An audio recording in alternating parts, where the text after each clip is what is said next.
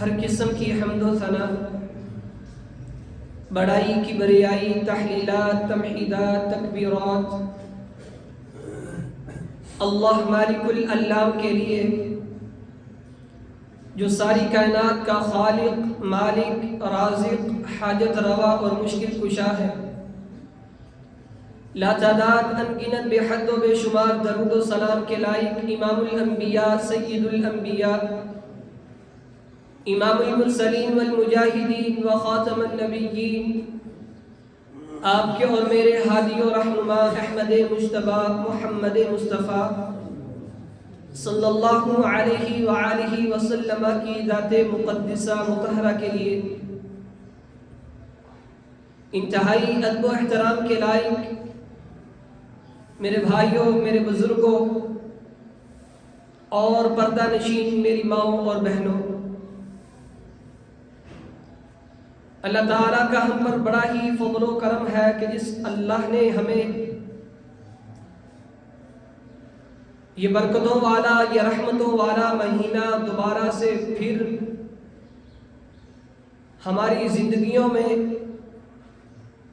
اس کی برکات کو اور اس کی رحمتوں کو سمیٹنے کا موقع دیا۔ لیکن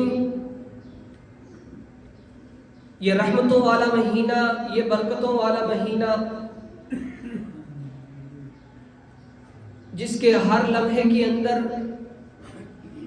ہر گھڑی کے اندر،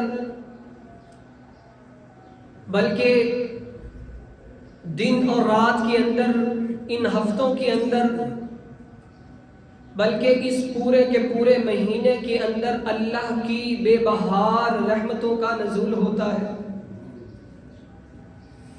کوئی بھی ایسا لمحہ خالی نہیں جس کے اندر اللہ کی رحمت کا نزول نہ ہو۔ وہ دن سحری کا وقت ہو، وہ شام افطاری کا وقت ہو، بلکہ سحری کے وقت آپ احباب نے اپنے آپ کو سارا دن چلانے کے لیے، سارا دن محنت اور مشقت کے لیے اپنے آپ کو تیار کرنے کے لیے کھانا کھانا ہے، سحری کرنی ہے، لیکن رسول اللہ صلی اللہ علیہ وسلم نے فرمایا تسحروا فإن فی السحور برکہ، سحری کیا کرو، سحری کھایا کرو، کیونکہ اللہ سبحانہ و تعالیٰ نے سحری کے اندر برکت رکھی ہے۔ یعنی سحری کے وقت بھی اللہ کی رحمتوں اور برکتوں کا نزول ہوتا ہے۔ لیکن اس کے برعکس اس مہینے کی رحمتیں اور برکتیں کون سمیٹتا ہے؟ حالانکہ یہ ایسا مہینہ ہے کہ اس مہینے کا ایک دن کا روزہ اگر کوئی شخص چھوڑ دیتا ہے، کوئی بیماری نہیں ہے، کوئی سفر کی مشقت نہیں ہے، بغیر کسی عذر کے، بغیر کسی تکلیف کے روزہ چھوڑ دیتا ہے، من افطر یوما من رمضان من غیر علت ولا مریض، کوئی تکلیف، کوئی مشقت نہیں ہے، بیمار نہیں ہے، روزہ رکھ سکتا تھا، جان بوجھ کر روزہ چھوڑ دیتا ہے، لم یقضہ صیام الدہر وان صامہ، رسول اللہ صلی اللہ علیہ وسلم نے فرمایا پھر ساری زندگی یہ روزے رکھتا رہے، حالانکہ ساری زندگی کوئی بھی روزے نہیں رکھ سکتا، لیکن پھر بھی ساری زندگی یہ روزے رکھتا رہے، وَإِنْ صَامَهُ، لیکن اس خسارے کو کبھی بھی پورا نہیں کر سکتا۔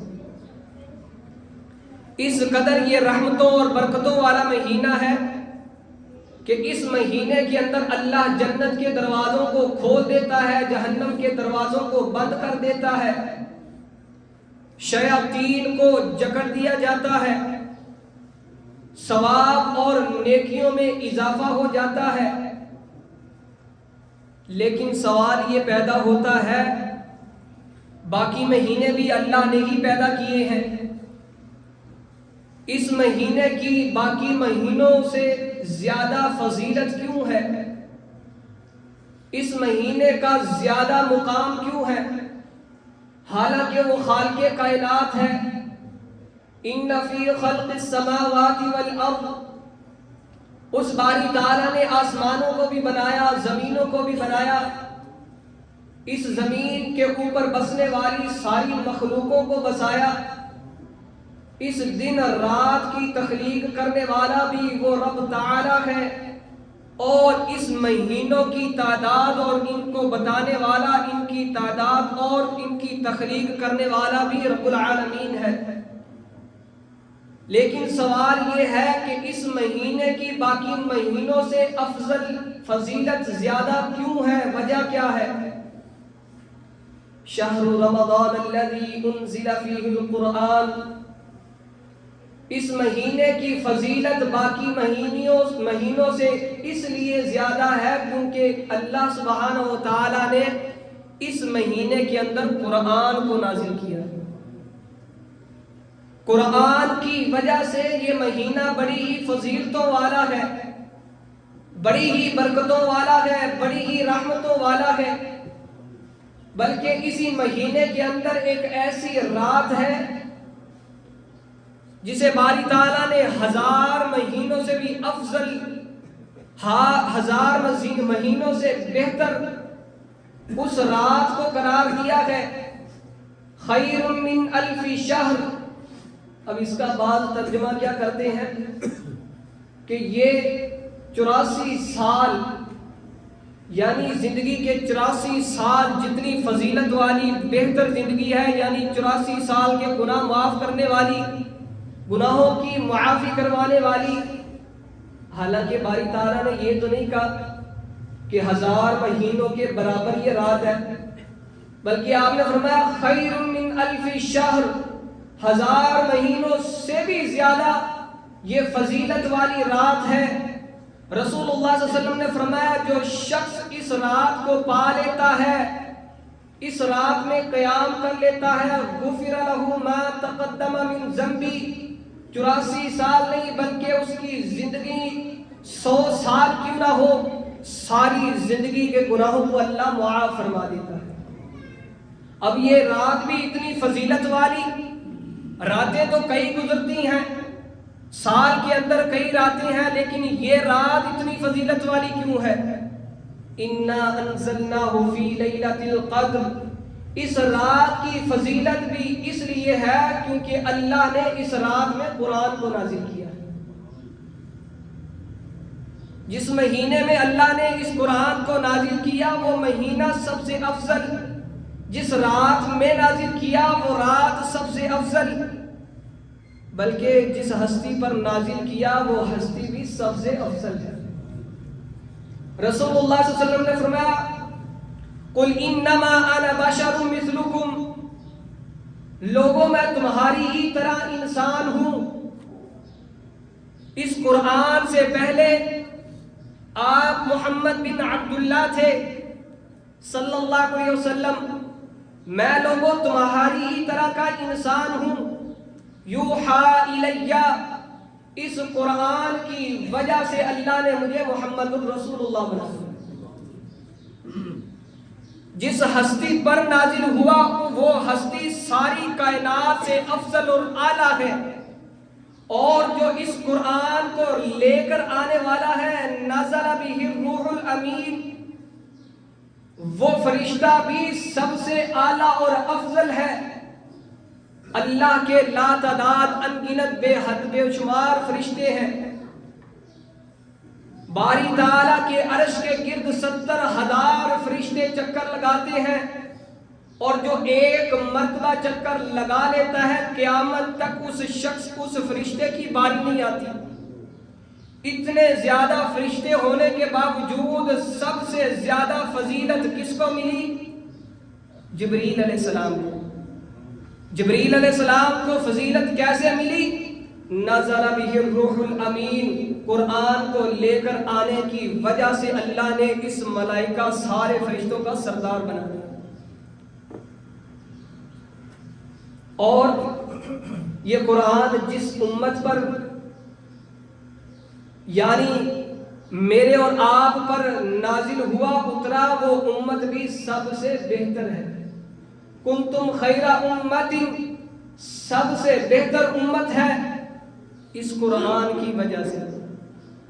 اب یہ قرآن اتنی فضیلتوں والا، اتنی رحمتوں والا، برکتوں والا کلام ہے جس کی اللہ نے قرآن کے اندر چیلنج کر کے اس کی تصدیق کا اعلان کیا ہے کہ لا ریب فی، اس کتاب کے اندر کوئی شک نہیں ہے.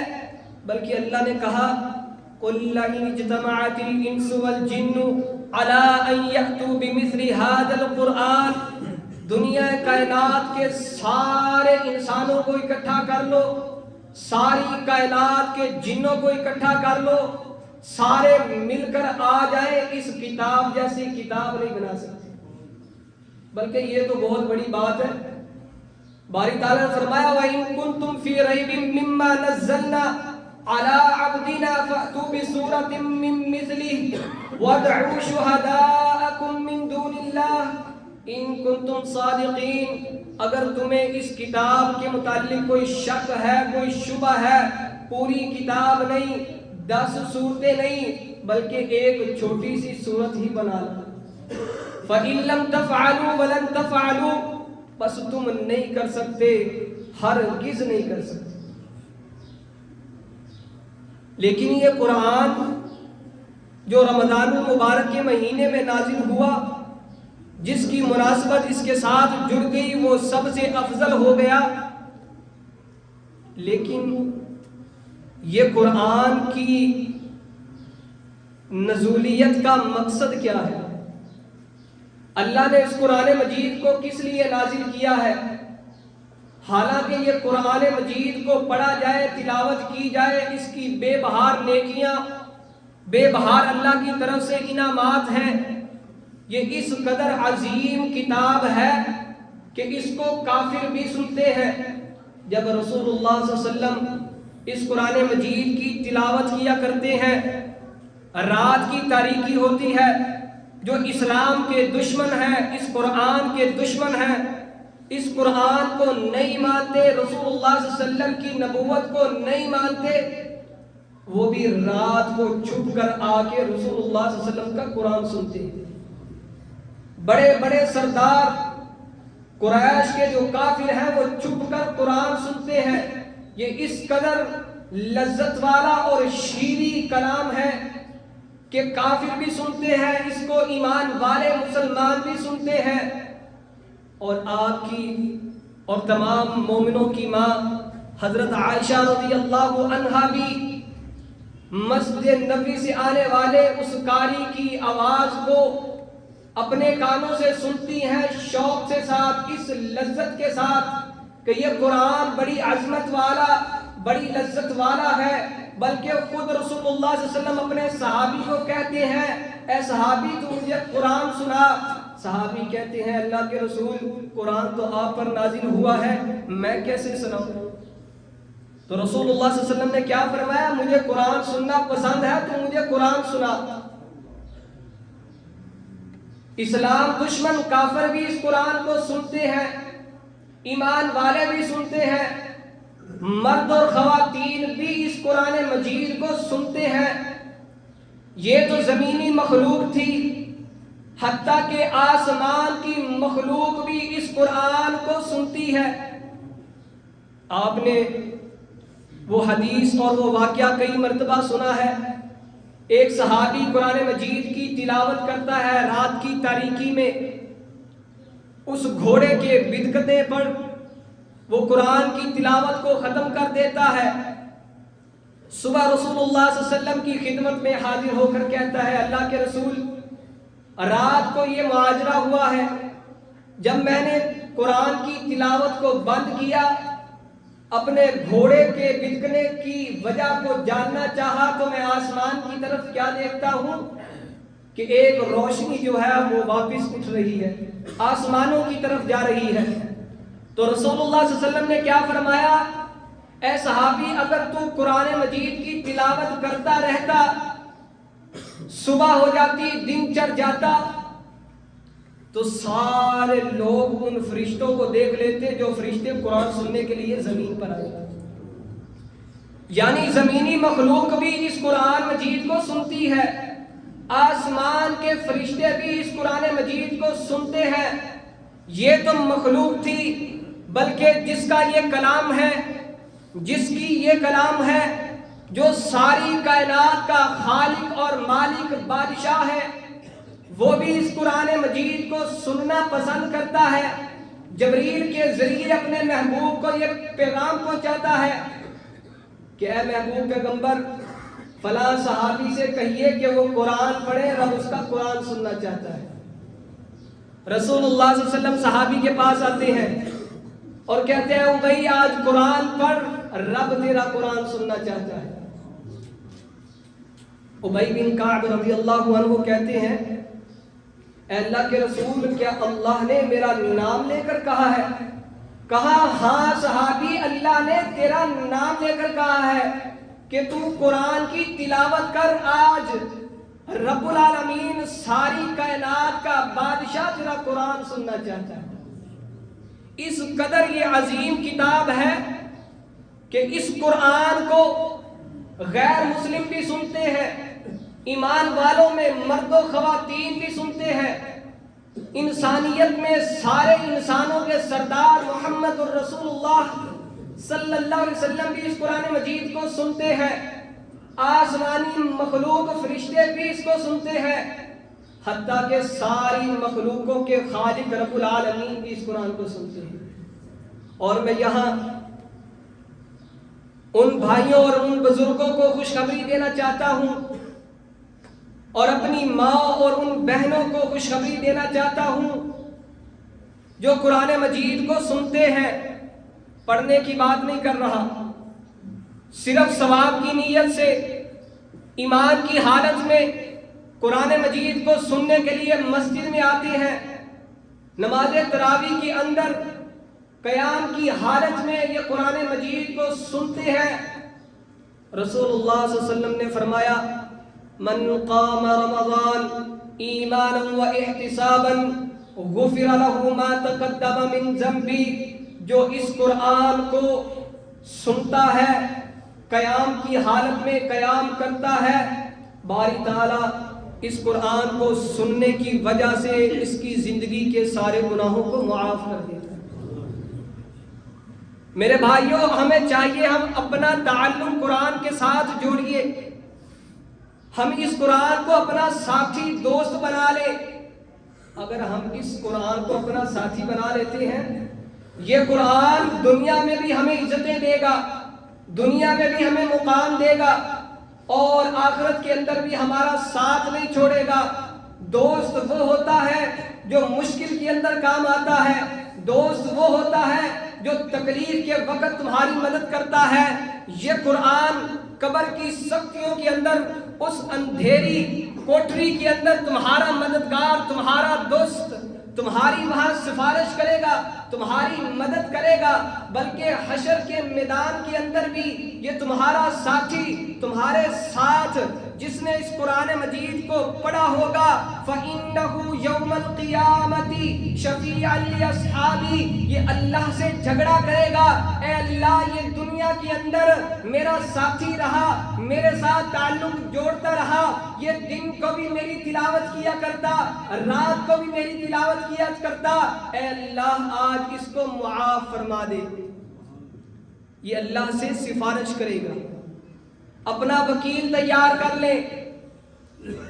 اگر چاہتے ہیں کل اللہ کی عدالت میں ہمارا کوئی وکیل ہو جو ہماری سفارش کر سکے، تو وہ قرآن کے ساتھ جڑ جائے، قرآن کو اپنا دوست بنا لے. جو قرآن کو اپنا دوست اور ساتھی بنا لیتا ہے، یہ پھر سفارش کر کے اس کو جنت تک چھوڑ کے آتا ہے. رسول اللہ صلی اللہ علیہ وسلم نے فرمایا یقال لصاحب القرآن، صاحب قرآن کو کہا جائے گا. اب اسی حدیث کو آپ نے کئی ایسی مجلسوں میں سنا ہوگا جہاں حفاظ قرآن کی کوئی مجلس سجائی جائے، یعنی اس کو حفظ کی فضیلت پر پڑھا جاتا ہے۔ اگر آپ اس حدیث کے الفاظ پر غور کریں تو رسول اللہ صلی اللہ علیہ وسلم نے کیا کہا ہے؟ لصاحب القرآن، صاحب قرآن۔ اب صاحب کا کیا مطلب ہوتا ہے؟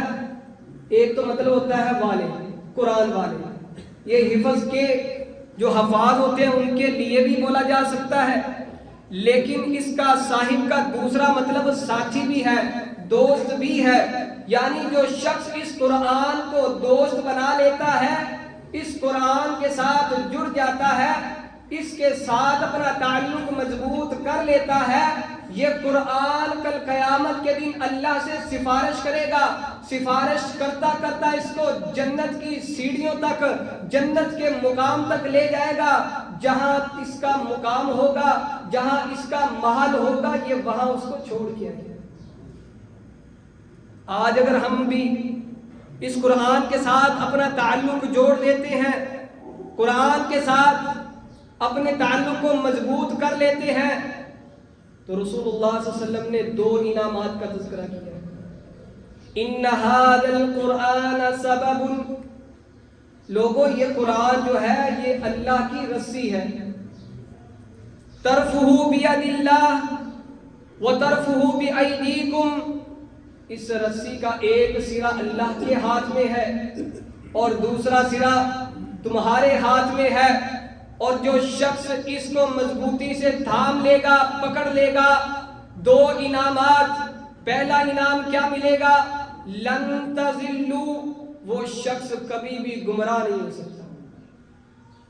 اب قرآن کی نزولیت کا مقصد کیا تھا؟ ھدی للناس، یہ لوگوں کو کیا کرے؟ ہدایت دے۔ یہ قرآن لوگوں کی ہدایت کے لیے تھا۔ جب ہم اس قرآن کو مضبوطی سے پکڑ لیں گے، رسول اللہ صلی اللہ علیہ وسلم نے فرمایا وہ شخص کبھی بھی گمراہ نہیں ہو سکتا۔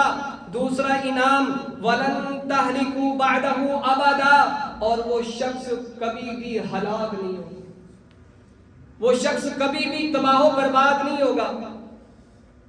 اللہ تعالیٰ سے دعا ہے اللہ ہم سب کو قرآن کے ساتھ جڑنے کی توفیق عطا فرما دے، اللہ ہم سب کا تعلق قرآن کے ساتھ مضبوط کر دے۔ وآخر دعوانا ان الحمد للہ رب العالمین۔